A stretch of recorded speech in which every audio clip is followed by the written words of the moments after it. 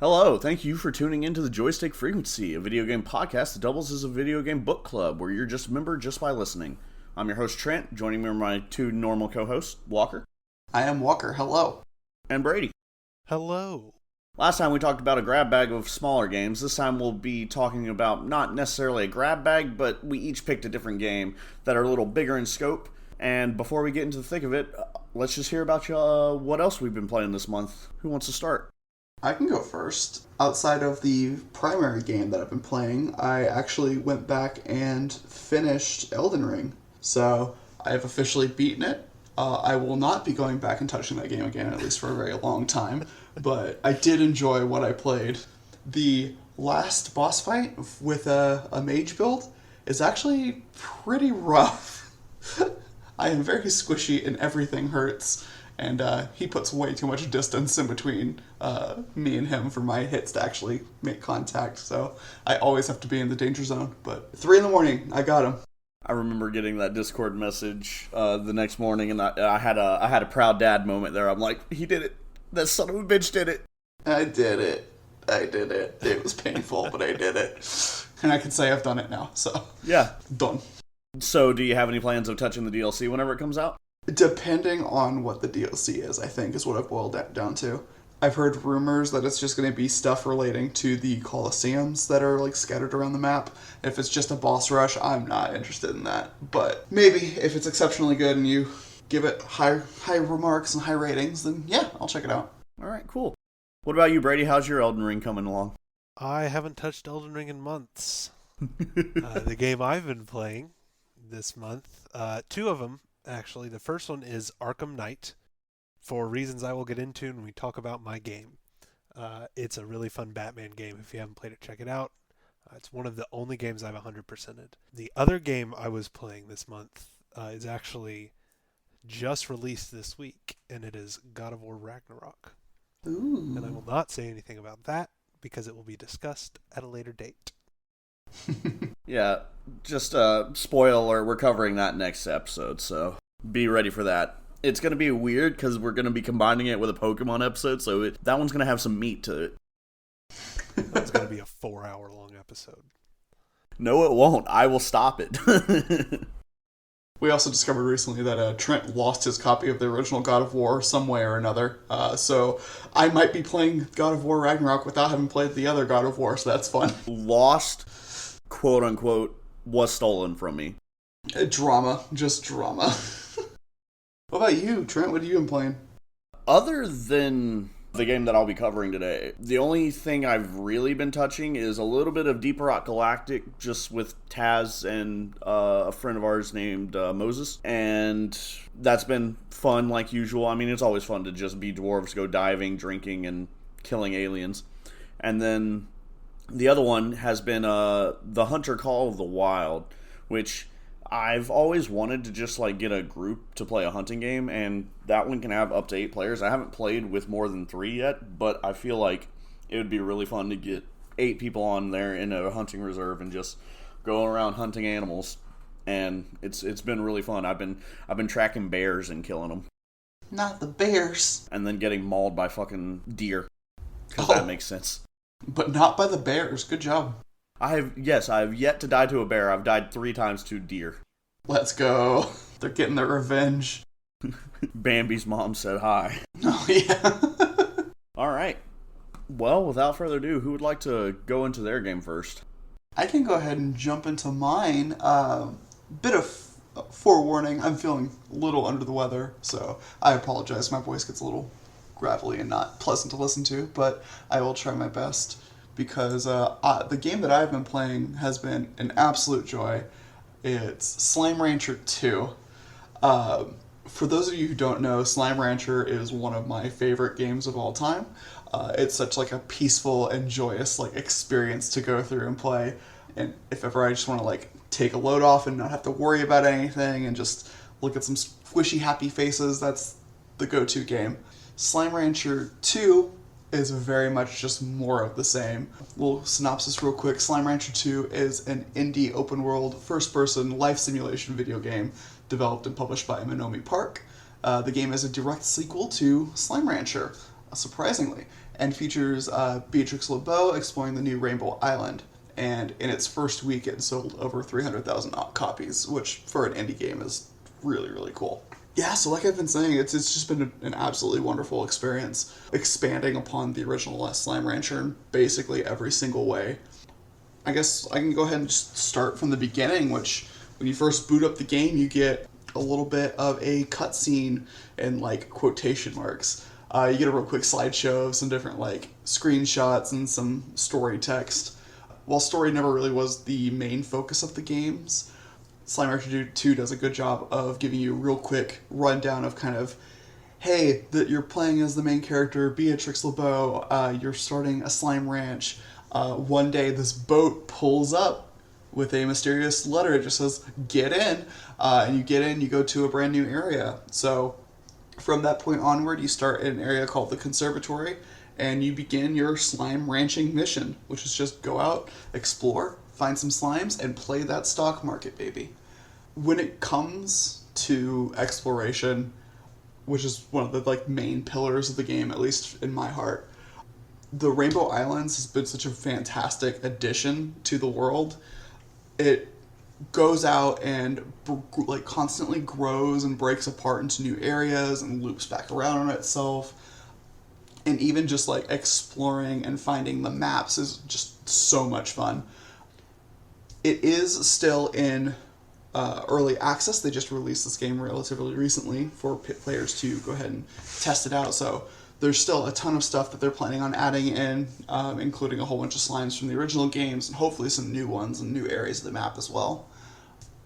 The game gives you tons of different like mobility options, especially as you break into more of the slime sciences, another mechanic of the game which has been greatly expanded upon from the first, which allows you to gather different resources, including the different plorts, which whenever you feed a slime something it that is within its diet, it poops out a little plort, and that apparently is a valuable commodity, and you can sell it either on the stock market or you can keep it and use it towards your resource gathering and slime sciences.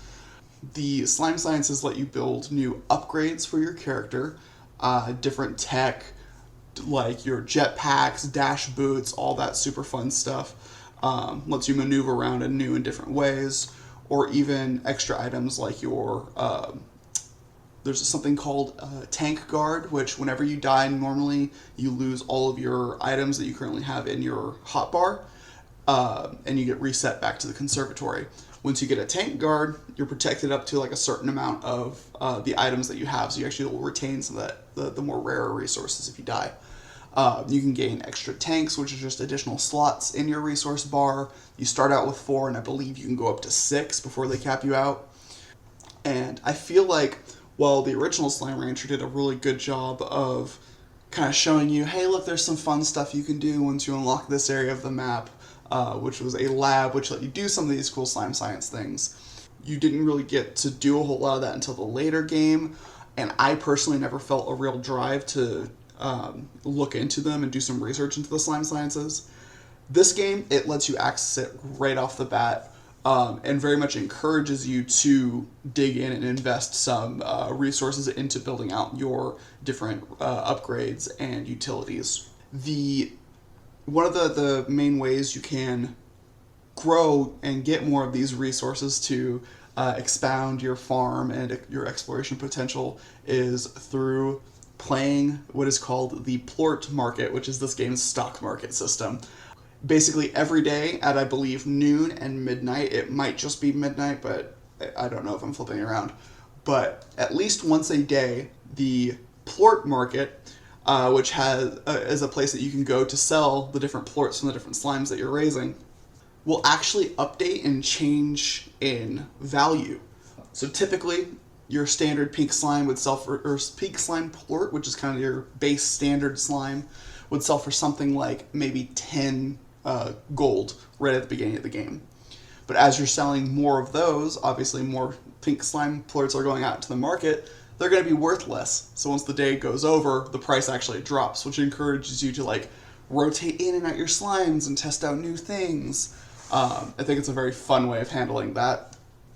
Within your main home area, known as the conservatory, you can actually build up different farming plots, which allow you to either create corrals for your new slimes, a different decorative options, including like a water pond, some more utilitarian things like silos where you can store a bunch of items, or a incinerator rod, which you just destroy items that you don't need, and stuff for actually raising the food that you would need to feed your slimes. Stuff like your chicken coops and your gardens for your different fruits and veggies. So the game itself does a very good job at like slowly easing you into this stuff, but also just right off the rip letting you kind of access whatever you want to.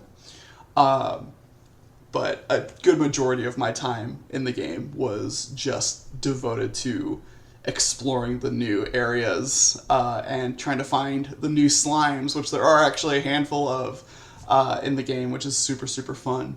You got your cotton slimes, which are now these like yellowish rabbit slimes, flutter slimes, which are your butterfly ones, angler slimes, which, as you can guess, look like little anglerfish, your bat slimes, and your ringtail slimes. I haven't gotten a chance to play too much with the ringtail slimes, but I just built out an area of my farm which allows me to kind of let some bat slimes loose in a cave, and just built up a bunch of areas for their favorite food to grow, so they can just kind of passively eat and drop their stuff, and every now and then I'll just run through and make some real quick money. Yeah, the game itself has been absolutely fantastic, and I don't want to spend this whole time just chatting y'all's ears off about it, but to whoever has the Xbox, I believe only the Xbox Series X and S has access to the game right now, and I think PC might also as well. PC does. I have it downloaded. Sweet. I highly encourage anyone who just wants to chill for a little while and play a game that's 0% stressful, go check out Slime Rancher 2. It's just been a joy. Yeah, do y'all have any questions or anything like that? Brady? I'm thinking, because I didn't play enough of the first Slime Rancher to like really get the generic feel of the game, so I can't ask for like comparison details. Gotcha. So with the changes to like the sciences and stuff, does it feel like more overwhelming than the first one with some of the stuff, or does it, like, do they do a good way of balancing it to where it doesn't feel like you're being drowned in new mechanics? That's a very good question. At first, I was definitely found myself a little overwhelmed. I didn't really go down and touch the slime science stuff. It's kind of put in an area where you have to go down like a set of stairs to a little cave underneath your main abode, which lets you access the refinery and like your site, like where you store all the different like resources that you gather, and actually go to like the fabricator where you can build all these new upgrades. When I first went down there, I was a little lost and confused, and there's a big wall of different info being thrown at me. But luckily, they do kind of ease you into it early on. You start going around finding different nodes around the map of different items. Stuff like your jellystone, which just kind of looks like this round rock with a purple, pinkish, circular stone embedded in it. And you're going, oh, well, normally I just suck stuff up to get it. How come I can't pick this up? Turns out you need an upgrade to get that. So you go through, you get a little pop-up that basically says, oh, you need to get an upgrade for this. And you can actually go in and discover that through the slime science stuff. And that first upgrade really leans into kind of teaching you how the whole system works. And you discover, oh, it's way simpler than it actually looks. I just need to throw kind of any excess items that I'm not wanting to sell into this refinery link. And bing, bang, boom, it stores all my good stuff in there, and I can upgrade at any time. As I was going further and further into the game, I found myself spending a lot more time devoted to trying to like unlock all the different upgrades to the slime sciences. Something I didn't actually touch on is through the map and the actual exploration portion of the game, there's a lot of cool stuff that you can find out in the world. Your main collectibles in this game include different map fragments, which let you once you get into a new area and explore around a bit, you can eventually find a little tracker map somewhere in that area, which will unlock that region of the map in your little map screen. Normally it's just covered in a fog of war kind of situation where you can't really see what's going on anywhere. But once you have it unlocked, you can kind of get a better grasp and layout of the situation. Additionally, you can find what are called treasure pods, these big circular pods with different numbers on them that once you open them, unlock tons of new slime science stuff, different upgrades, and that also really pushes you into going, oh, well, I'm unlocking all this stuff, what can I go ahead and use that for? Which, sure enough, once you go to the slime sciences, you can discover all sorts of really unique things. There's a couple NPCs in the game which also allow you, or like give you different items. One of the first people that you talk to, his name is Victor Humphreys, he gives you a teleporter that you can just go, and once you build it, you can place it kind of in different locations around the world, and it'll send you right back home. So you can make little like quick exits for yourself across the map. I feel like they definitely pushed a lot more for uses of the slime sciences in this game. A lot of your decoration options are tied through the slime sciences as well. Stuff like different stones and trees and just fancy looking things that you get from the treasure pods are tied through fabricating it through the slime sciences. I know it's a different map than was originally in the first game, so I know that a lot of the push to explore in the first game was to uncover the story of the explorer that was there before you. I don't remember his name. It's been too long since I played that game. Like, is there a continuation of his story, or do they pick up with someone else instead? Or do they even go into, like, someone that was here before you? That's a very good question. So there is a mystery that's going on in the game, although it's not heavily focused on. You can, as you explore, find these different research drones that are just scattered about the map. They look like little, like robot beetles, which is kind of cute with these little LED faces.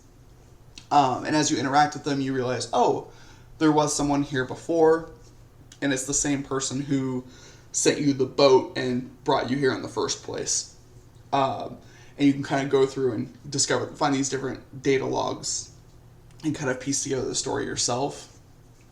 There's not a huge focus on it, but if you do kind of get the draw of that mystery, you can use that to go explore. For me, the exploration was more about, I want to go see what kind of new environments and new slimes are out there.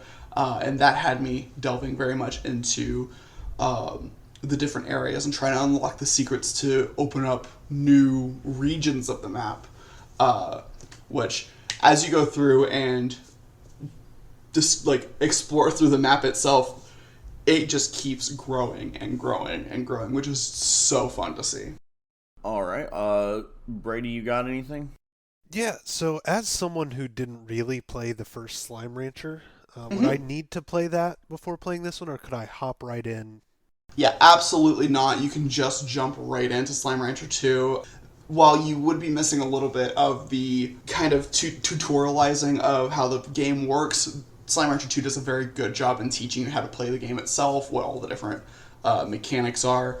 There is no real need to go and play Slime Rancher 1 unless you just wanted to. It's more Slime Rancher is never a bad thing.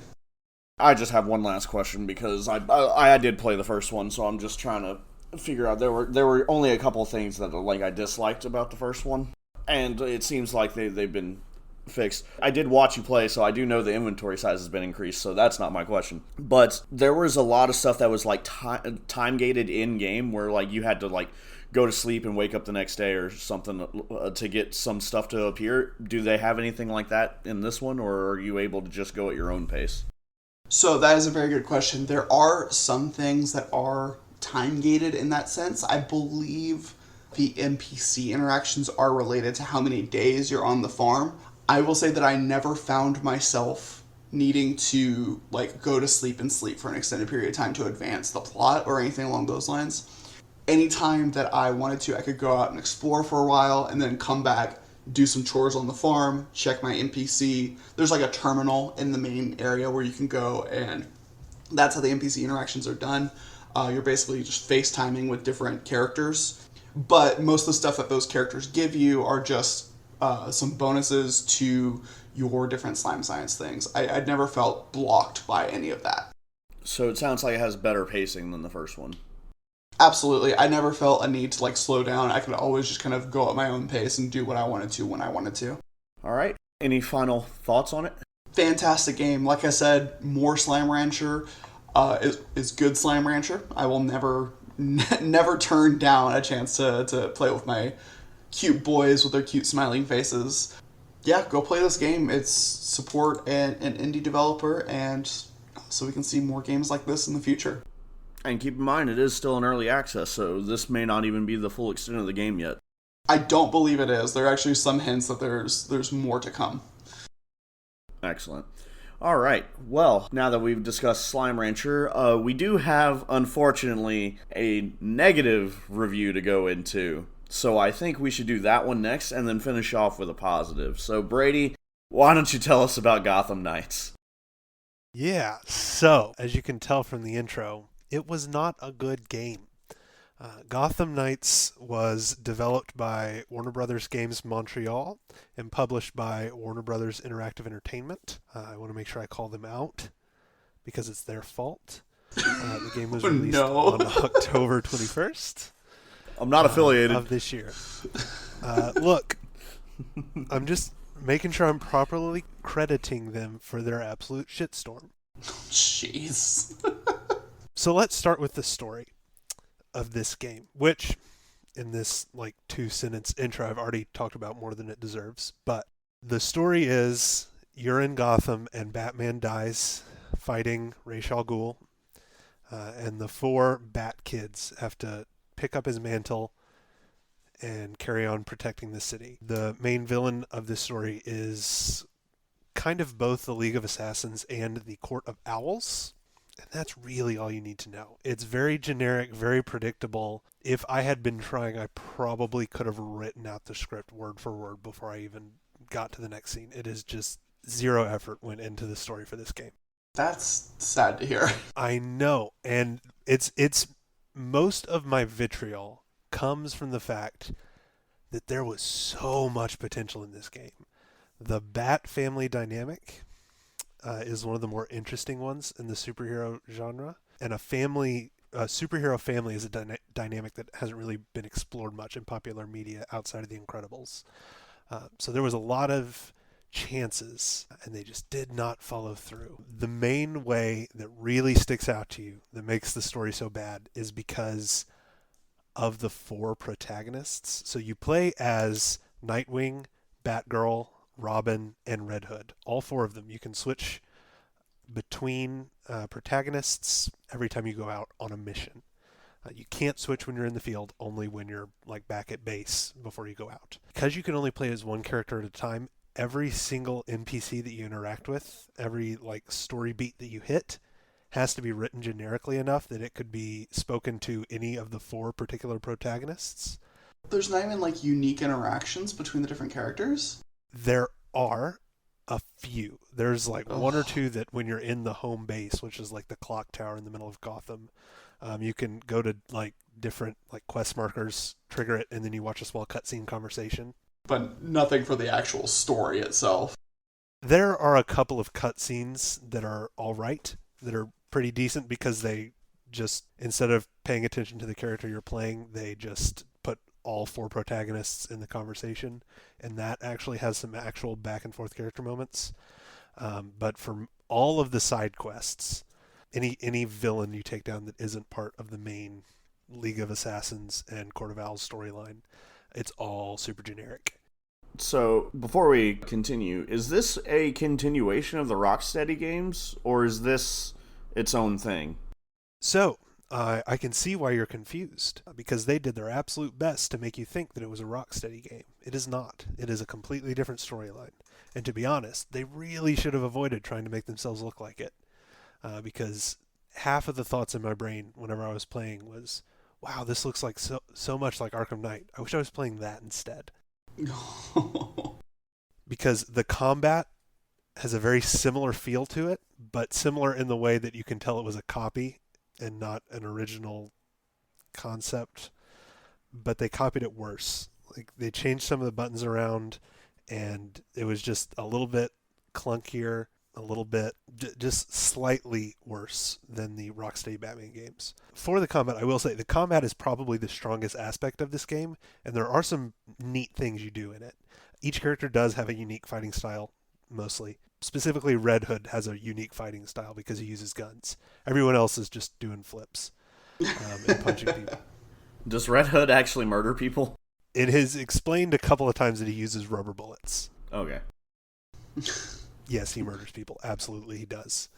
But in the way that every Batman video game, every superhero Batman movie has him killing people just because people can't survive half of the shit Batman and his crew do. Nah, they're just sleeping. They're just sleeping. So the 4 unique protagonists are supposed to have 4 different fighting styles. So Robin, which is the Tim Drake Robin specifically, is like a stealthier style where he has, as you level him up and add perks into his tree, it's more stealth oriented. Red Hood is guns. He shoots, and he was my favorite character to play because the guns are pretty cool. Batgirl is the tech genius because she was also Oracle at one point, and she is better at stealth than Robin is because the hacking abilities she gets just give her better stealth tools than anything Robin gets. And then there's Nightwing, whose shtick is acrobatics, apparently, which just means he flips a couple more times in combat, and honestly makes it a little less intuitive to play, fighting-wise. If I were to make this game, I think I would make Nightwing the protagonist, and maybe have some moments where you play as the other members of the Bat family.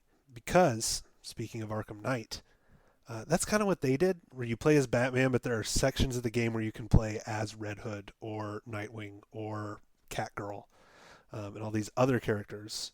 Damn it if that game didn't also do different character individual fighting styles better than Gotham Knights did. Definitely distinguishably better. And it wasn't even the main point of that game. So unfortunate to hear. So unfortunate. Let's talk about world transversal. You remember in Arkham Knight where you had the Batmobile and you could drive around, and then if you didn't want to drive, you could zip around and glide from rooftop to rooftop? Yeah, that's a lot of fun. Imagine that, but however good it was at getting from point A to point B, just make it half as effective. Instead of a Batmobile, you get a Bat Cycle that's harder to control and that turns a lot faster than it's supposed to, and it is slower than the Batmobile. And if you want to zip around from the rooftops, you can zip, but you can't glide or anything. You just you just zip from point A to point B like a zip line. About halfway through the game, you do unlock different, each character has their own individual method of traveling, but that ends up just being slower. It doesn't make you any more effective at moving around the world except for Batgirl, who can glide. Everyone else is just bad and clunky to use, and it slows you down more than it speeds you up. So yeah, it just felt super not great trying to get from point A to point B in the city. UI, the user interface. For the first couple of days that I was playing this game, I was upset because it had microtransactions. And then after playing for a couple of days, I realized it doesn't have microtransactions. It's just the UI is built like a shitty microtransaction game, except it doesn't have microtransactions, which is wild. It has all the incremental gear upgrades where you have a chest piece, arm piece, leg piece, and a mask. And every time you go out on a mission, you can earn slightly better gear for your character, and then you got to re-kit your whole build before you go out on your next mission. And it's just a bunch of inventory management that takes away from the fun of the game and doesn't add much besides better stats. It has a bunch of skins and armor customizations, which was super cool, but you could only, there were skins and there were armor customizations. It was either one or the other.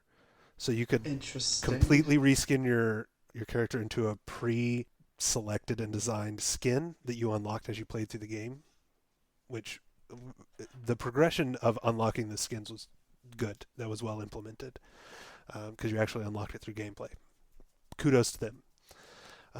But you couldn't customize your armor. You could only customize the armor that was your actual gear that you were wearing. You could customize it, but you couldn't customize the skins. It was weird and odd, and it felt like they wanted to either originally were planning on adding in places for you to buy customization skins and armor pieces, or they're planning to do it in the future.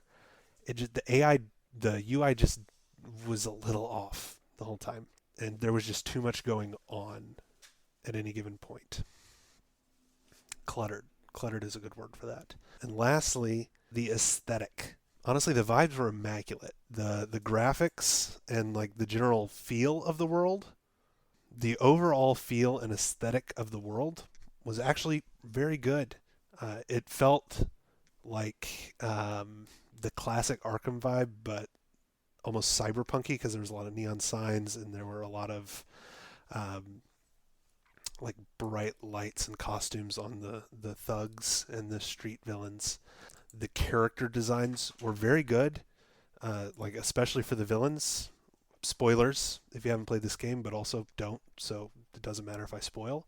Clayface is in this game, and he is phenomenal. For the 5 seconds of screen time you get with him, he steals the show, and his character design is awesome. And I wish they did more with that story. Same with Mr. Freeze. Well, Mr. Freeze, I didn't like what they did with his story so much, but his like outfit was great. Ra's al Ghul looked badass as hell. Even Alfred looked kind of dope. PS5 graphics, you could definitely tell it was a next-gen game. Very pretty.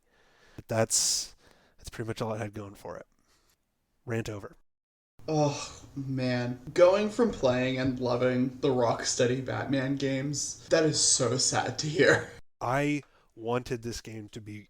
Like, there were several different directions. If they had just focused on a little bit more, the game would have been good. It wouldn't have been great, but it would have been a good game. Like, if they had decided to focus on the family connection and character development, like put a little more effort into that, that would have been great. If they had decided, hey, nobody cares about the story, we're just going to go full on intensive combat and a well-designed fighting system, it would have been a good game that way.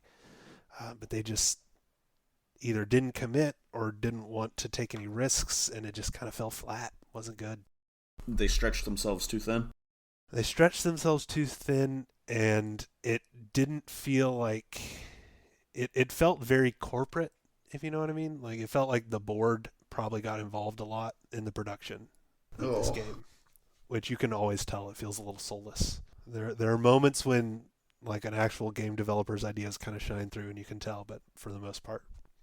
If you had to say one thing, like one redeeming quality of the game, what would it be? I've already talked about the aesthetics, which I think, like, I finished the game, and I don't regret playing the game because it was a very cool game to look at. Like the Gotham City they set up, the skins and armor customizations. It was weird that they separated them, but they both looked great. The outfits were pretty awesome. It's just what you were doing in them that wasn't that fun. Did they have any other game modes besides just single player in this one? Oh, great call out. Something that may tint my view of this game is that I did play it single player. You can play multiplayer with friends. So there are 4 protagonists. If you have 3 friends that want to play the game with you, and you're each playing one protagonist, I would not doubt that jumps the quality of this game quite a bit. Playing with your friends instead of playing by yourself. Because then all the characters are there for the story moments, and it doesn't feel as disjointed that way. I didn't get to test any of the synergies between characters, and there are some skills that are kind of built towards synergy.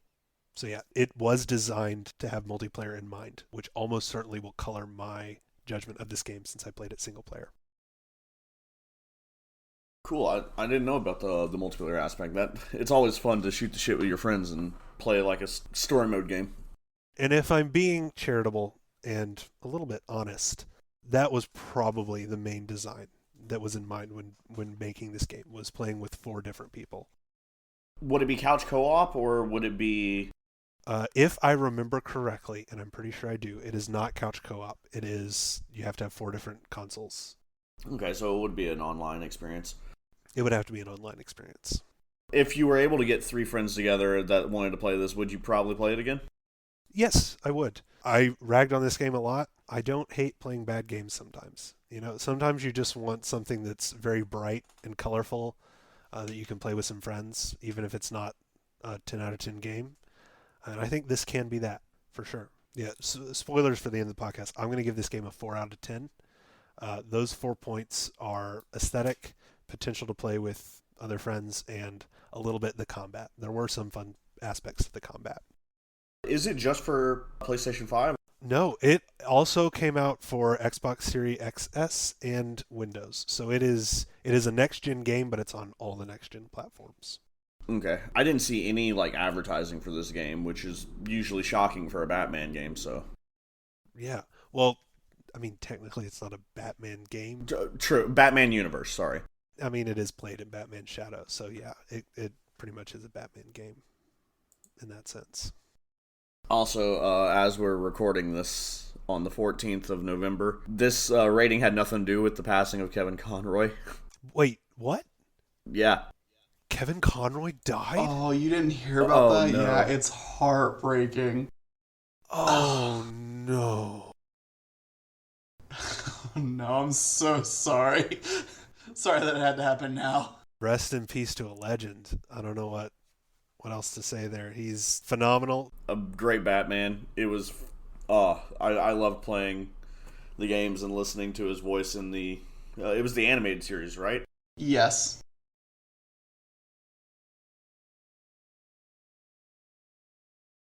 In several animated movies. I'm looking over his filmography right now, and I think I can say with pretty good certainty that his Batman voice is the definitive Batman voice. It's funny how Mark Hamill and him are they play opposites of each other. But if you've ever seen them both together in real life, they're best friends. It's fantastic. We truly did lose a legend, unfortunately. Yeah, Kevin Conroy and Mark Hamill as Batman and the Joker, icons. Well, on that sad note, how do I transition from the death of Batman to a shoot the shit game show? Guys, help! We need a jingle, something like a good 2-3 second music clip we can just play instead of having to transition and just pick up in the new segment. Trent, go. What? Oh. She made it more sad. Did you accidentally hit the dial? Because I'm afraid you've tuned into trivia. We're playing a game now. I'm going to be hosting, and who all is playing with me today? Sorry, give me a second. I'm dying a little bit. That was hilarious. Yeah, the two hosts. the two other people on the podcast. Hello, give it up for Brady, person number 1. Lost last time, but I'm going to win this time. And contestant number 2, Trent. Hi. Boo. Boo. Damn, tough crowd.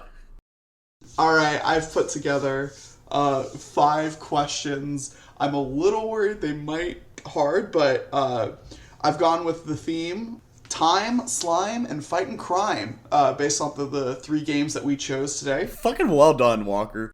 I love it. I've got 5 different questions that are relating to one of those different topics. We'll start off with number 1. One friendly slime that many will be familiar with is our pink egg-making gooey Pokemon Ditto. They are known for their ability to transform into any Pokemon they encounter, an ability theorized to come from being a failed clone of which Pokemon? Mew. Oops, I was supposed to. We did not remember how the game works. I should have explained the rules. Whenever y'all are ready, say you're ready, and then we'll both go. We can even do it to where y'all send me a message if y'all.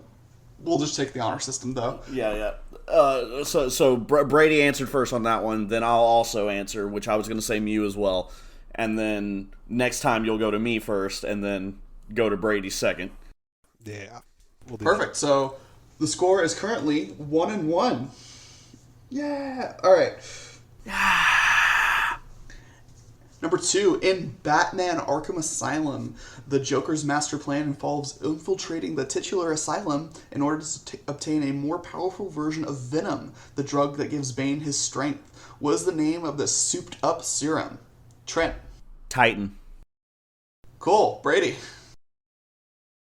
I was going to say Joker Venom, but Titan is correct. It is, in fact, Titan and not Joker Venom. We're going to give that one to Trent. Brady, we appreciate the honesty in this game. Number 3. There are a handful of games that deal with time loops, including The Outer Wilds, 12 Minutes, and of course, Legend of Zelda Majora's Mask. Another game that has a time loop mechanic is Minute, where the main character dies every 60 seconds after picking up what cursed item from the beach. Brady, do you want to give us a shot? Yeah, I did not play Minute, but I'm going to guess a pocket watch. Cool. And Trent? I didn't play Minute either. I'm going to guess a seashell. Both wrong, I'm afraid. It is a cursed sword from the Sword Factory. Of course. Little fun fact, when you do the New Game Plus, you only get 40 seconds, and it's because this time the sword is broken. Oof. Alright, that keeps the score at currently 1 point Brady, 2 points Trent, as we go into our 4th question. Number 4, slimes are seen in many different games across all genres, but perhaps one of the most famous depictions are the smiling slimes from the Dragon Quest franchise. Which is the most common color of these slimes? I believe we're starting with Trent this time. Shit. I think it's like metal slime, so I would say like silver? Okay, we have one for silver. Brady? Blue. The correct answer is blue. The common slime is blue. Trent, there are metal slimes in these games. You're absolutely correct, but the most common form is the blue slime. I never played those games. I watched someone play them, and like he must have been like in the mid or late game or something like that, because like I saw him fighting a whole bunch of metal slimes over and over again. Oh yeah, that's the best way to grind. The metal slimes have like 3 HP and they give so much money, but you can't hit them. Metal slimes are great. Perfect tie going into our final question. Brady, you'll be starting us off with the answer for question number 5. Which quiz would be complete without a question about Gotham's most famous question giver, the Riddler? In Arkham City, how many of Riddler's puzzles, trophies, and other assorted riddles must you solve and collect in order to confront the mastermind himself? In Arkham City. In Arkham City. Is this going to be a who's closest thing? I'm going to guess Arkham City. I'm going to guess 120. Okay, Trent? I think it's upwards from that. The number I was thinking in my head was like 142, but I think it's like close to like 200. I think I am going to go with 142. Okay, so unfortunately, neither of you are super close to the answer, but it is much higher than either of you were thinking. There's a total of 400 different puzzles. Oh my god. Puzzles, trophies, and other assorted riddles that you must solve in order to confront the Riddler. Jesus. I remember playing that game a lot. I don't remember that much. But we will go ahead and we'll give the point to Trent for that specific one, which makes Trent our winner for this specific game. Yay! You're a born heel. Well, cool. I'm glad that went well. I was terrified about that. 400 fucking Riddler questions. That's so many. No wonder I didn't ever do that. I don't remember playing Arkham City that long, but I 100%ed it, so I had to have. Yeah, I spent a lot of time in that game collecting different puzzles and riddles. It was so much stuff. Big game, believe it or not. Yeah, very big. Really good. Alright, so now after I take my little victory lap for winning the game show, yeah, I'm flexing, you can't see it.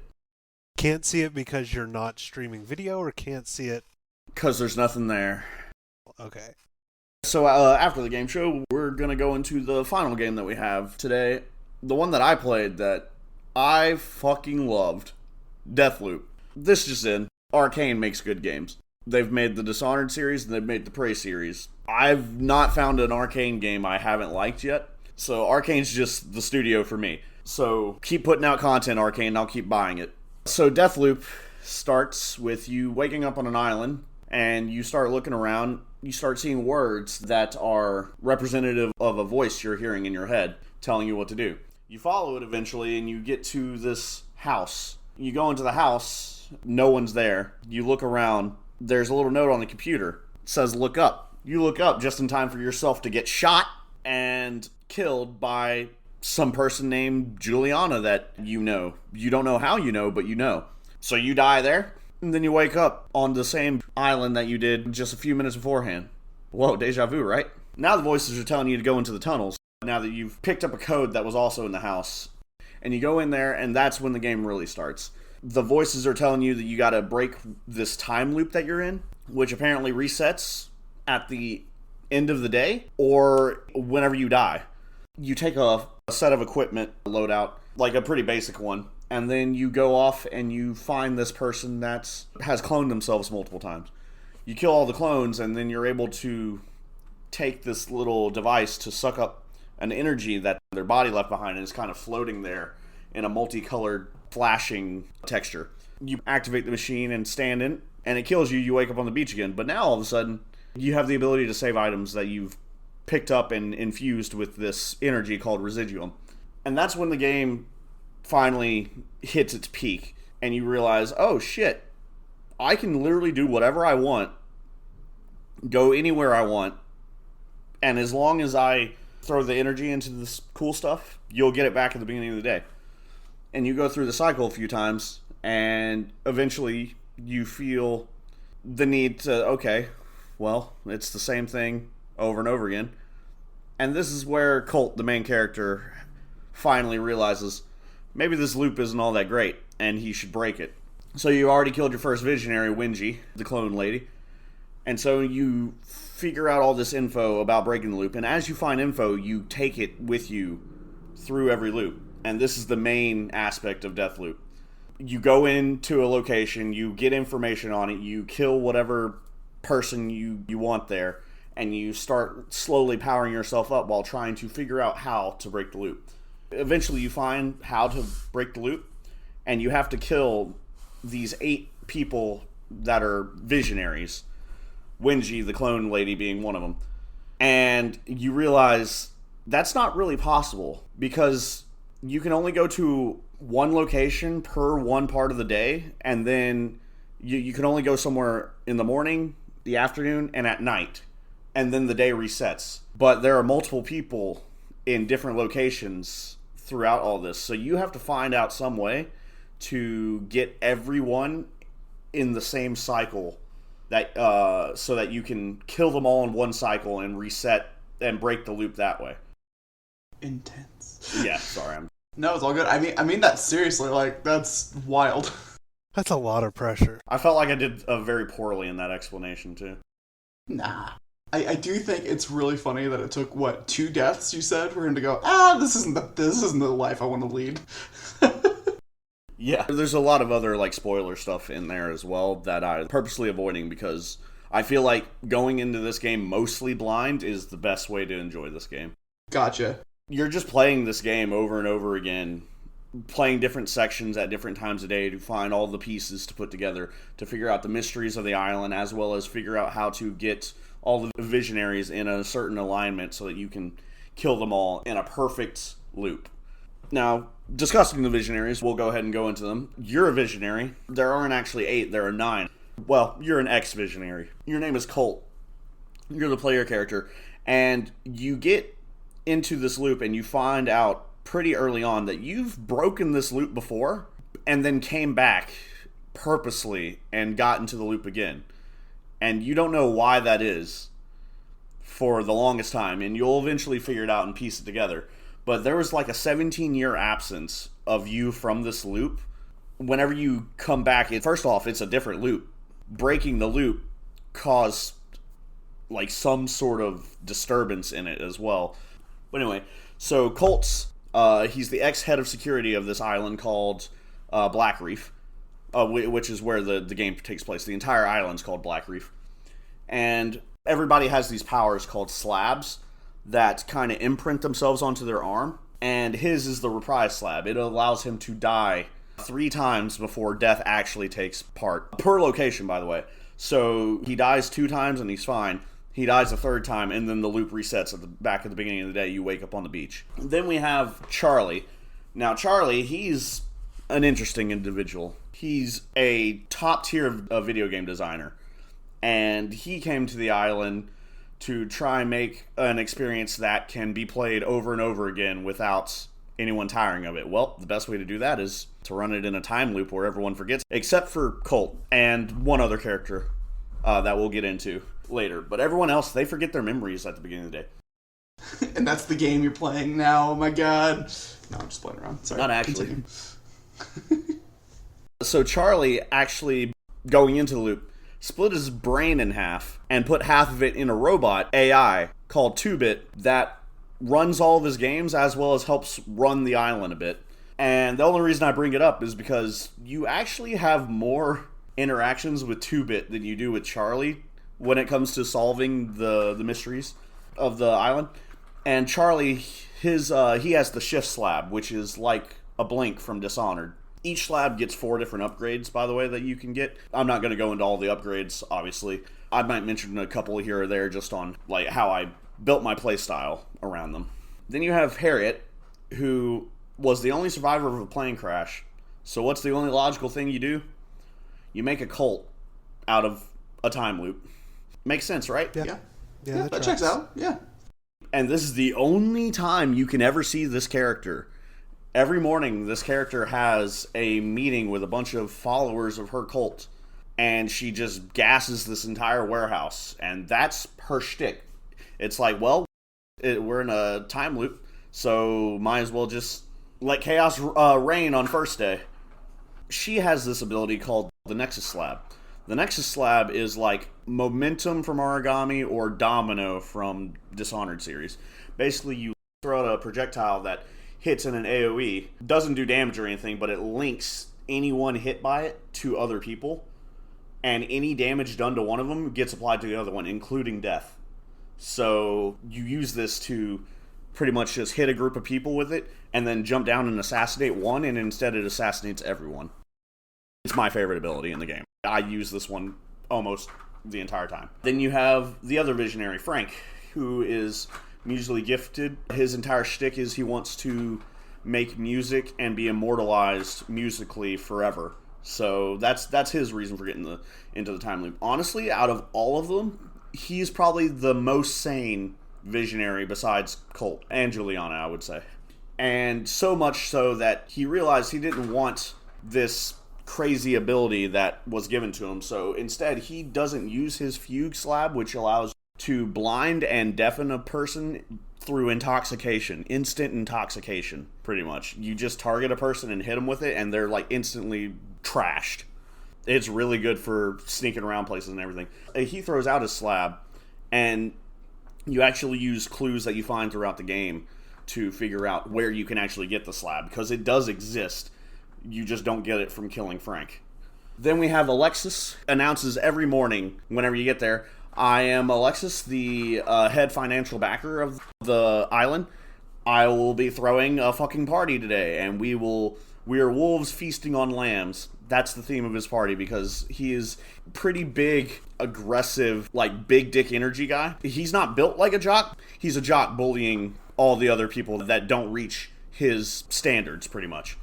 And so he throws a party where literally they go up to the mic and start saying these awful stories about how this guy turned a school into a manufacturing facility, and he gets cheers whenever someone else comes up and like says something not as crazy. Still not, they're obviously assholes. This bitch talks about how she smokes everywhere. She says she'll smoke right next to you while you're eating breakfast. Fuck your fried eggs. Literally a quote from the game. And then they just say boo to her, and then a button's hit, and that person goes into a meat grinder. That is literally what this party revolves around. And this guy throws it every night, and it's the same thing every night because, again, everyone's memories are wiped at the beginning of the day. He has this ability where you're able to psychically, like, throw someone, and you get a couple upgrades where you can make them float in the air, or you can affect multiple people, stuff like that. It's a decent ability, but... Oh, and the biggest thing about this party is everyone's wearing a wolf mask in it. It's just bizarre. This guy's just a complete asshole. Then we also have Fia, who is high all the time. I literally have that in the notes. Literally, this person is never coherent, and her slab makes it to where she takes less damage and deals more damage whenever you're, like, going crazy, because you're so out of it that you don't feel the damage that's actually being applied to you. so you're able to withstand more. You'll find that a lot of these slabs like kind of fit with who they are, or with the kind of person they are. I should mention most of these people are like extremely smart in a certain thing. Like Fia has this giant reactor that if you're caught in the facility trying to kill her, she'll set off this reactor that literally blows up half the island, and instantly, it doesn't matter if you have 3 lives left, you're set back to the beginning of the day. Then we got Winji. She's the one that you kill to get the ability to bring stuff back between loops. That has 17 clones of her that go away by the end of the day. She doesn't have a slab on her, though I think the cloning is like part of the slab. And basically she's a scientist and she's trying to figure out more about the loop. And so the way that she thinks that she can do that is having multiple versions of her working on different things to figure out more information. They're all linked to the same central mind. What she didn't expect was the mind wipe at the beginning of each loop. So she's stuck learning the same thing every day and thinking she's making a breakthrough. Then we have Igor. He's a scientist. He was actually one of the first people on the island and wants to be credited for the founding of the island and the program that brings everyone to the island. But he's often overshadowed. Hence his slab, the Aether slab, which allows you to turn yourself invisible. That one's a really good one for sneaking around and everything. And then finally we have Juliana. She's the new head of security. She has the Masquerade slab, which allows her to swap skins pretty much between her and another NPC. Now, why would you want to swap skins with another NPC? Well, that's because Juliana is the person coming out to kill you. The way that this works is the entire time you're trying to break this loop, Juliana's trying to protect it. And so anytime you go to hunt a visionary, there's a chance for Juliana to show up to try and stop you and kill you. Now, if she kills you all 3 times, you reset to the beginning of the day, and all your work is for naught for that day. Unless you infuse some stuff at the beginning, and then maybe not all is lost. If you kill Juliana, though, you get a massive boon, because you get a fuck ton of residuum for infusing your gear, as well as 1 random slab that Hulk can obtain any of the slabs except for the Masquerade slab. That one's specific to Juliana and cannot be obtained. Now, why is that one specific to Juliana? Well, it's because Juliana can either be a bot or she can be an actual person. So that brings it into the other gameplay part of this game. Instead of playing the single player story trying to break the loop, you can play as Juliana invading other people's worlds and trying to stop them from breaking the loop and protect it. Whenever you go and play this mode, you can pick your different loadouts and stuff like that. You start out with very small stuff, obviously. And as you get more kills and more experience invading people, you slowly get to the point where you get more of the abilities as well as more of the upgrades for it, and more weapons that you can take in and try and just dumpster some cults. I remember there was this one guy that he must have had the invisibility slab, because I could not find him for the life of me, but he was just dinking me and killing me over and over again. There were 3 times in a row he killed me without me knowing where he was. And that's when I instantly turned off the option to be invaded by players, at least for a little bit, because I was just starting out and I didn't want to be dying to people that have already beaten the game 3 times over. So there are 3 options to that. You can either play an online mode where anyone can invade you. You can set it to friends only mode, where only your friends who are playing Deathloop can invade you.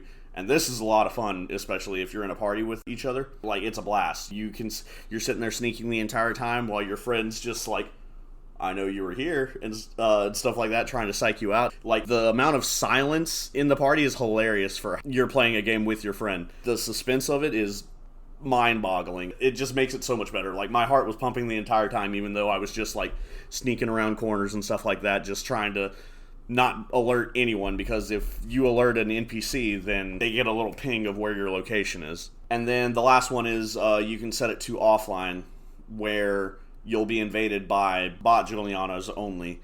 And it's weird because the bot Julianas, they function by guarding the little radar that you have to hack anytime Juliana invades in order to escape. But as soon as an NPC like notices you or anything, that bot is like gunning to you and will get to you and will try and kill you. It's hilarious. You can manipulate them that way too, because, well, I mean, they're bots. You can manipulate AI. Pretty much covered most of the game already. I will say the mission tracking in this game is really good. You have your visionary leads is the bits of information you need to find out to get your visionary in the appropriate spot for the golden loop, pretty much. The golden loop being the loop that you will be able to get all 8 visionaries in one day. And you slowly solve each of their leads to be able to get them in the same spot. And some of them involve interacting with other visionaries in order to get them to trick each other pretty much into being in the same place, which is against protocol for them. They're not supposed to be in the same place at the same time, almost ever, but you're able to pull some strings and get them there.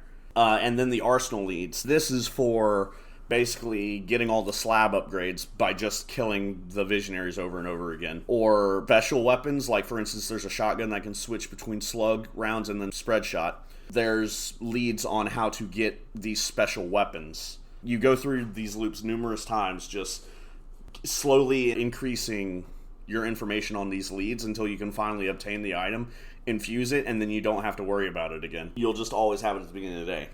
And you'll be able to add it to your loadout, which your loadouts will be, you're able to take 3 guns into a round. Each gun can have up to 3 attachments, and then you're able to take, you automatically get your reprise slab, which is the one that lets you die 3 times before resetting.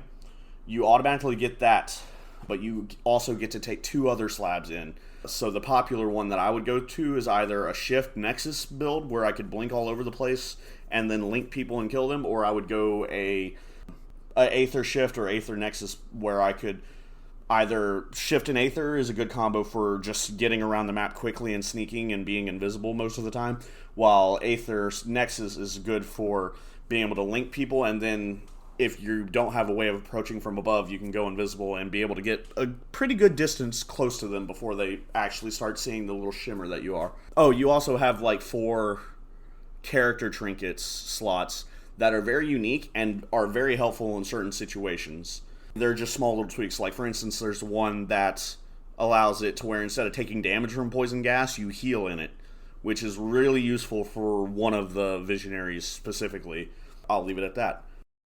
Well, alright. I mean, I think I only really have one question coming out of that is, without going into too many spoilers, obviously, were you satisfied with like how the game came together, like in the ending specifically? From what I see, I think there's 3 different ways you can end it. Oh, alright. It's possible that the 2 endings I didn't do just reset the loop and you just got to do it all over again, honestly. But without any spoilers, I will say the ending left me a little puzzled more than anything, but I am excited for what could potentially happen with it. Like I mentioned before, Colt broke the loop before, so we could also like get a possible prequel out of this as well, of him breaking the loop the first time. I'm very excited to see where Arcane are going to take this. The devs have announced it, so it's not very much spoiler territory thing. It is confirmed that this game is linked to Dishonored, like it's in the same universe as Dishonored now. So the aesthetic of it, it's kind of hitting like 1950s/60s. Dishonored takes place during the Plague times, so they're in the same universe as the Outsiders' powers. Makes me think that the Outsiders' powers had something to do with like the slabs and the loop here in Deathloop. And I'm hoping we'll get like a game that can link those together. It hasn't been confirmed yet, but there are some things in the game that could also link this game to Prey, which would be well into the future past Deathloop. I'm very excited to see what Arcane does next, because from what it seems so far, they're trying to keep everything in the same universe. That's super cool. I love it when games will like tie themselves together through a universe like that's all interconnected. Be cool to see them actually do the same with like bring Prey into it as well. Oh yes, an Arcane Lion, not cinematic universe, video game universe. GU? GU? Gaming universe? ALGU? ALGU? Love it. I do need to play this game because I did love Dishonored. Yeah. Yeah, same here, honestly. It's on my list. This game is definitely worth playing.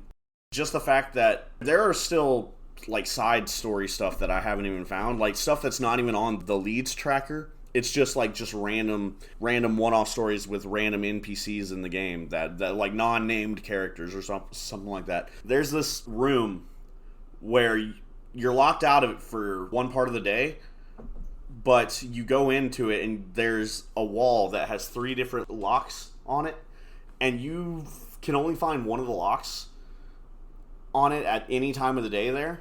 The rest you have to, like, figure out how to get the other two combinations.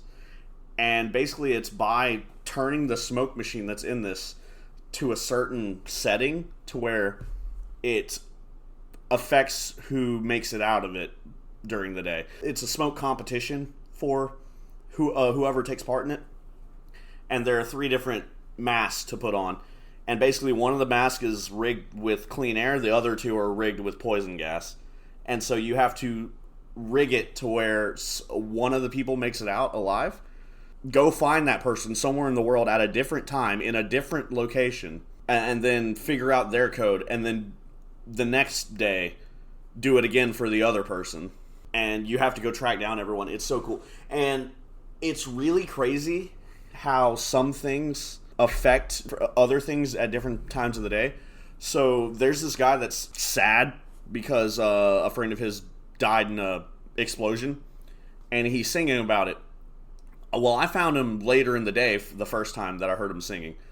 But I also went to a different location at a different time of the day and heard the exact same song being sung by someone that looks different than that guy.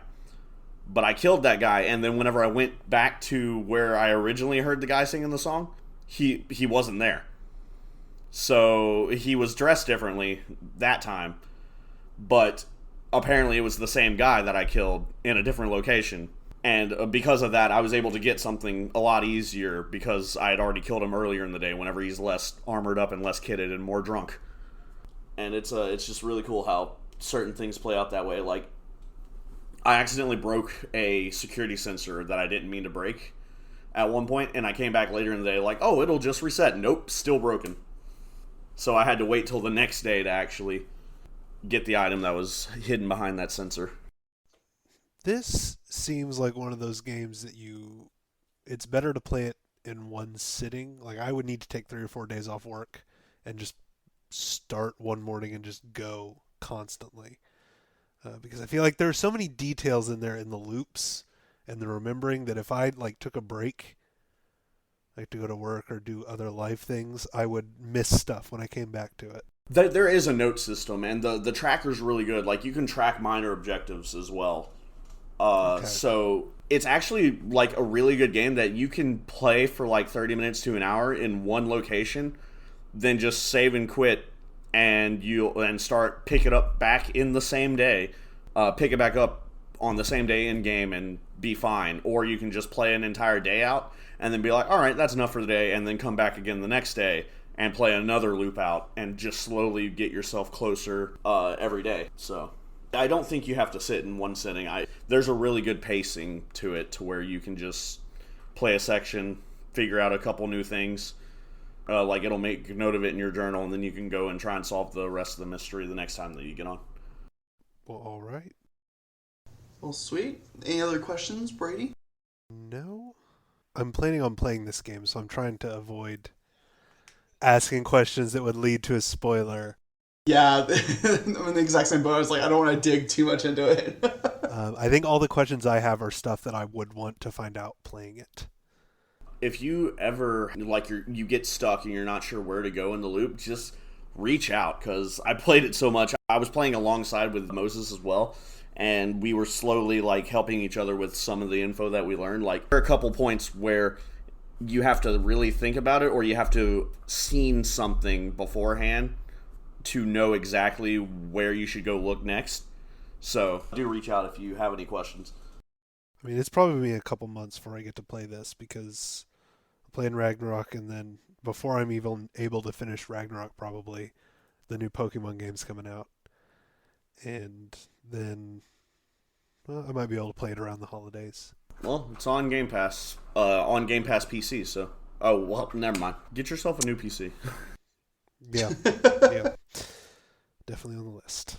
All right. Y'all want to talk a little bit about the Game of the Year stuff that just got announced over at the Game Awards? Hell yeah. The most anticipated game. The nominees are Final Fantasy 16, Hogwarts Legacy, Resident Evil 4, Starfield, and The Legend of Zelda Tears of the Kingdom.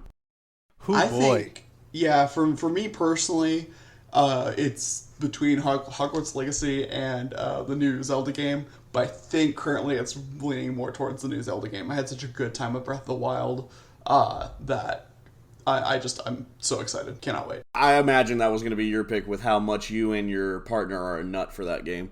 Oh, absolutely. I'm agreeing that Hogwarts Legacy is very high on the list. Probably number 2. That or Final Fantasy 16 is number 2. Number 1 has to be Starfield. I haven't played a new Bethesda game since Fallout 4 came out.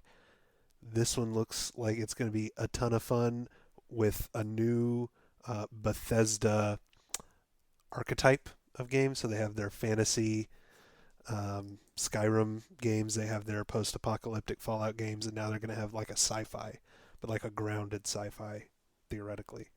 I just want to build a base on an empty planet and fly my spaceship. Hey, Deathloop's Bethesda as well. It's true. Yeah, but it's not a Bethesda RPG. But yes, it is a Bethesda game. All right. Well, I'm actually between Hogwarts Legacy and Final Fantasy 16.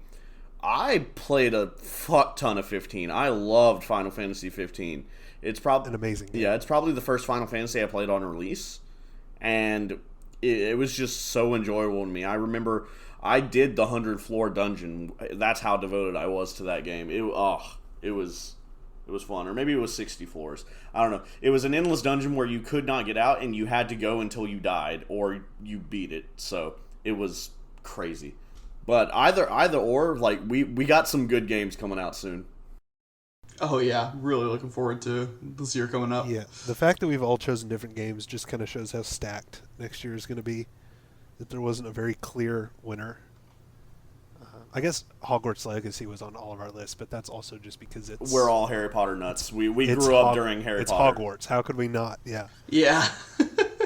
Plus, everything they've put out so far looks incredible. So. Right. All right. Next is the best debut indie game. In this category, we got Neon White, Norco, Stray, Tunic, and Vampire Survivors.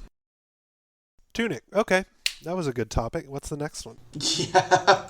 It's really hard to beat out. I mean, anyone who's listened to our podcast would know just how much we love that game, especially myself specifically.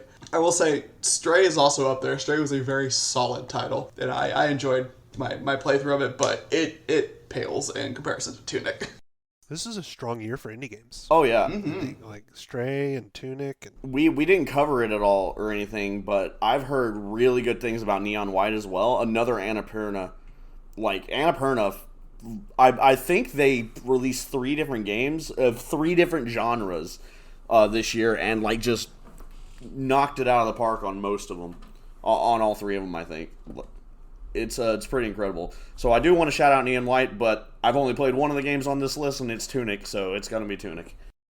All right, next, and I wanted to put this one simply for one reason, just to call out like a huge event that I just loved watching this year. I don't know if y'all have done anything with the rest of them, but Content Creator of the Year nominees, we have Carl Jacobs, Ludwig, Nebellion, Nobrew, and Cutie Cinderella. Only name on that list I halfway recognize is Ludwig, because I think, doesn't he do Pokemon Nuzlocke?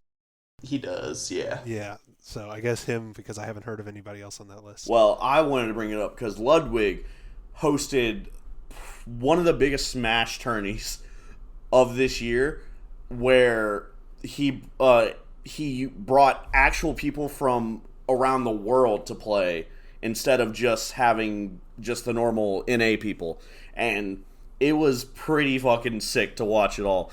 And it was really fun to watch MKLeo still just be the best at Smash Ultimate, and that's never going to change. It's just fucking crazy. The guy won the tournament, dropping only one game in best of, where they were best of 5s the entire time. That's upsetting to hear, that there's one person that's just that good at Smash Ultimate. Bro, I'll send you a video later, bro. He is insane.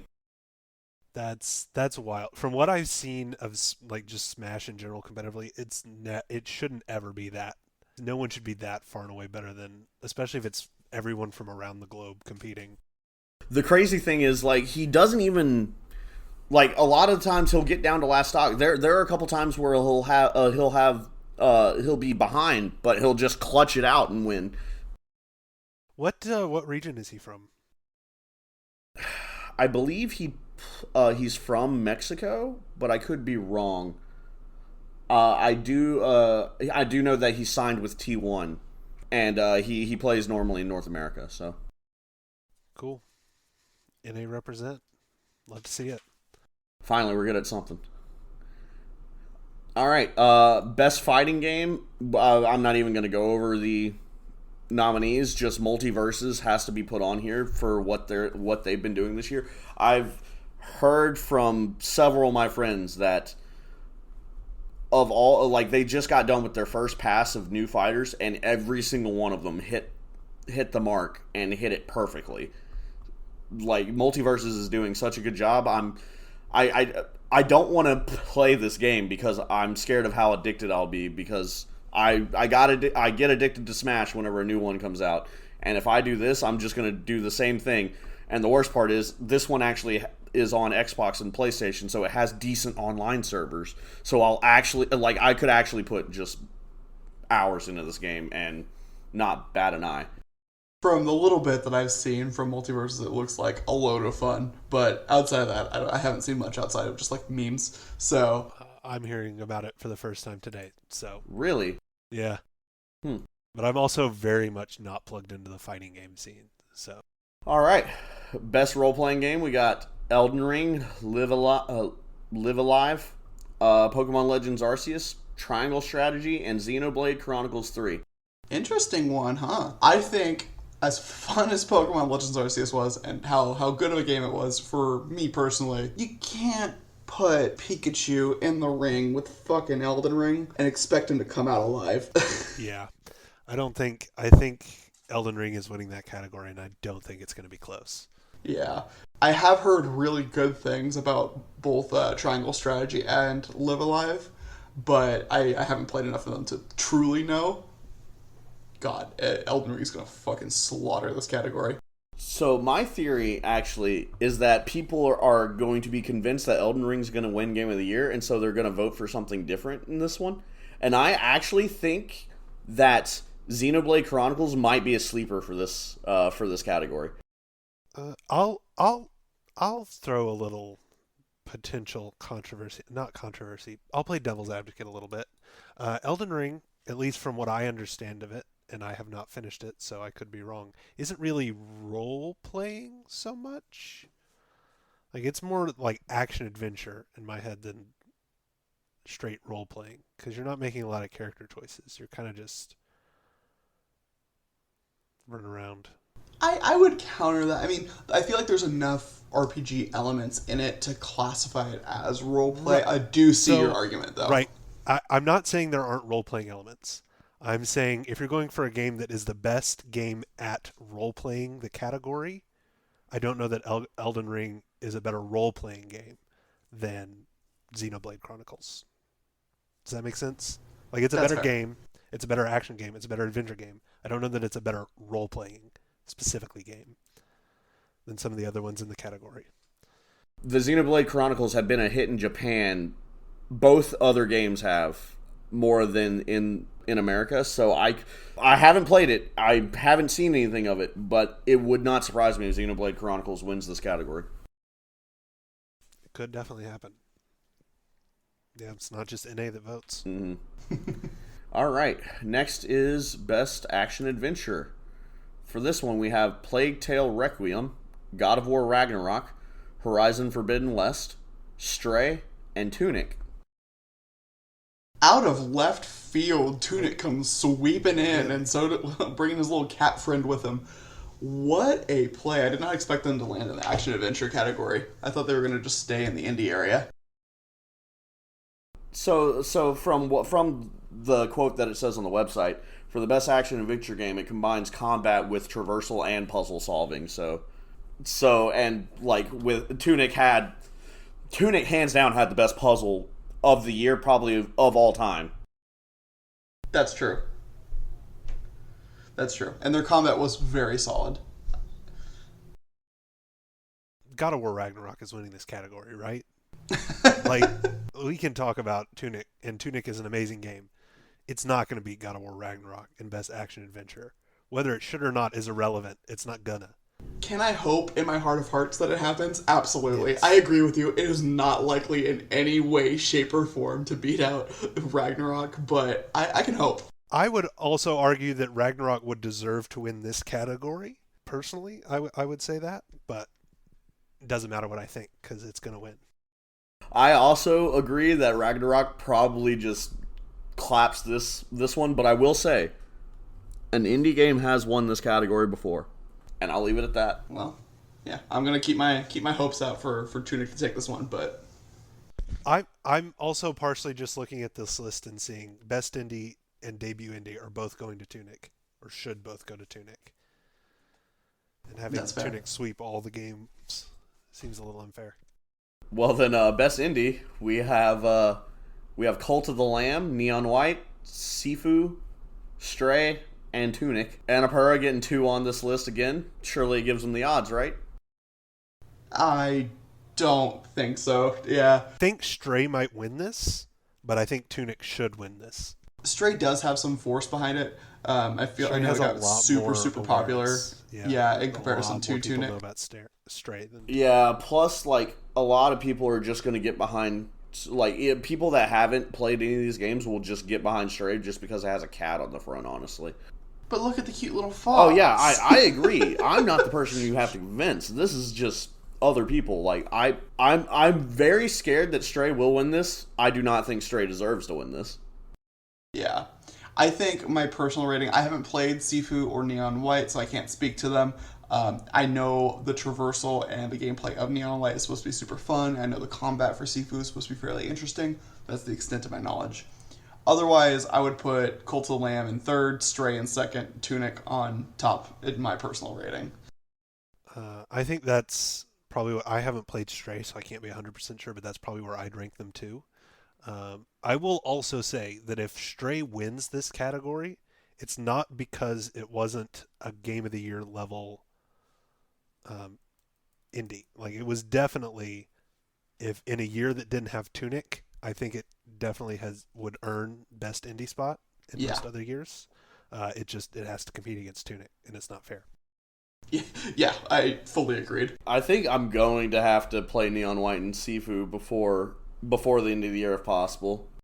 I'm going to have to play Neon White at some point. I didn't realize it was... I just hadn't heard much about it. But the more I hear, the better it Plus, sounds. the Red Demon Lady looks kind of hot, so... Never a bad thing. And finally, we got Game of the Year. big one. And this one has 6, and this is why I said it earlier. This is what scares me. The 6th one is Xenoblade Chronicles. So this kind of scares me that it may just be a dark horse and actually, like, will sweep the category probably. Or, like, possibly, not probably. People who like Xenoblade a lot. It's always something that I've wanted to get into, but never had, or at least up to this point, have not had the time or opportunity to. So the rest of the ones in this category are A Plague Tale Requiem, Elden Ring, God of War Ragnarok, Horizon Forbidden West, and Stray, which I'm upset that Stray's also in this one, because Stray's not even the best indie game. So, like, I do not think Stray should be in this category for Game of the Year. But I think a lot of people are going to get behind it, which, I will say, I do think a lot of people will probably get behind Plague Tale as well. I've heard incredible things about it. Every video and gameplay that I've seen about it looks really, really well done and interesting. I think some of the other games here, though, kind of make it pale in comparison. Yeah, I honestly feel like Horizon Forbidden West probably shouldn't be here either, because honestly, this is between Elden Ring and Ragnarok, right? Right. It has to be, unless Xenoblade is just a sleeper. Realistically, yes. It hurts to say this. I want Aloy to win this. She has been shafted every single year. She came out like a week before Breath of the Wild when the first Horizon game dropped. This year, now she came out the exact same week that Elden Ring came out. It's just, it was not a good situation. Well, that's just bad planning. Just make a third game and release it on a year that they're not releasing big names like God of War and Elden Ring. It's true. But I will say, Horizon Forbidden West did slap. It was a fantastic game. And I will say the same thing for Stray as well. It was really, really enjoyable. Yeah. Oh boy. No, I think Horizon Forbidden West deserves to be in this one of the nominees. I don't think it deserves to win, but I do think it has earned a spot as one of the nominees. It's a very great game. It just, man, they suck at choosing release dates. Yeah, very much so. Man, they suck at choosing release dates. So like I said, I am scared of Xenoblade Chronicles being here. Like just because I know how popular it is overseas. But I think it comes down to Elden Ring and Ragnarok, and honestly, this isn't my choice, but I feel like a recency bias will play in here, and Ragnarok, especially because of how hyped it's been the entire year, I think Ragnarok's going to take it. I am disagree, of the actually. exact opposite opinion. I think Elden Ring is going to take it. Actually, not exact opposite, because I'm not 100% convinced that Ragnarok should take it. I think Elden Ring and Ragnarok are like apples and oranges. They're both fruit, but they're so different that trying to compare one is more just comparing your preferences more than the quality of the game. Yeah. Because they're both phenomenal. It's the difference between 99.9 and 99.91. You know, it's... I'm not going to be upset no matter who wins. But I do think Elden Ring is going to win just because when it dropped, it had an incredible impact on the popular culture and the gaming scene in general for a long time. And God of War Ragnarok was heavily, heavily anticipated. I haven't seen it make the same like impact on the zeitgeist that Elden Ring did. And granted, it hasn't been out as long, but still, I thought Elden Ring made more of a cultural splash. Okay. Yeah, I feel like I'm in the exact same boat. Elden Ring does have its issues, and it's not necessarily the most beginner-friendly game of all time. It's not the most accessible game of all time. But damn, it is a good game, and a lot of people, it just had a grip on the world, like Brady said. I like how you say it's not very accessible, and it's not beginner friendly. This is the most accessible and beginner friendly FromSoft game they've made. Yeah, I am aware of that. That's just the genre, unfortunately. And I do also want to say I really want this to be Elden Ring because the only FromSoft game that has won Game of the Year has been Dark Souls 2, and that's been the shittiest one they've released, in my opinion. It might be a bad opinion, but most of the people I hear from say Dark Souls 2 is the worst one of the three. So I'm hoping that Elden Ring can win this and bring some honor to FromSoft that's not, Dark Souls 2. So we were talking. We didn't put this in our list, but we were talking about mobile games. Diablo is one of the nominees for best mobile game of the year. That's cheating. Yeah, which I'm sure we all have our own opinions on Diablo, and I'm sure they're probably pretty similar. But I just want to propose a scenario to you, Trent, and I want you to tell me how angry it would make you. Diablo, they realize their mistake and say, hey, Stray is not a good qualifier for Game of the Year. No. But I think Diablo Immortal is, and it gets included in the nominees. Stop. And it beats out Elden Ring for Game of the Year. I mean, I mean, basically, whoever the way that whoever's going to win mobile games is basically which fan base spent the most money on the game. That's going to be what it is. And if one of these games somehow ends up in Game of the Year and wins Game of the Year, they bought it. They bought the victory, so it doesn't count.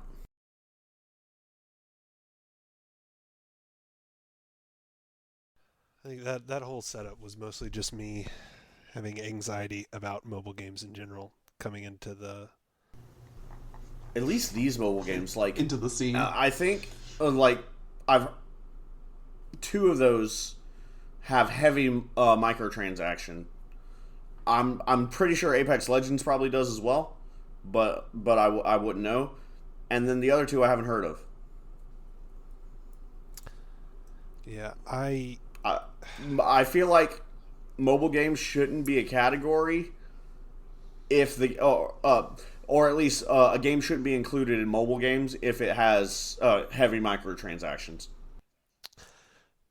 Yeah, I think mobile gaming is absolutely a valid form of gaming. Respect anybody whose primary mode of gaming is mobile gaming. Good for you.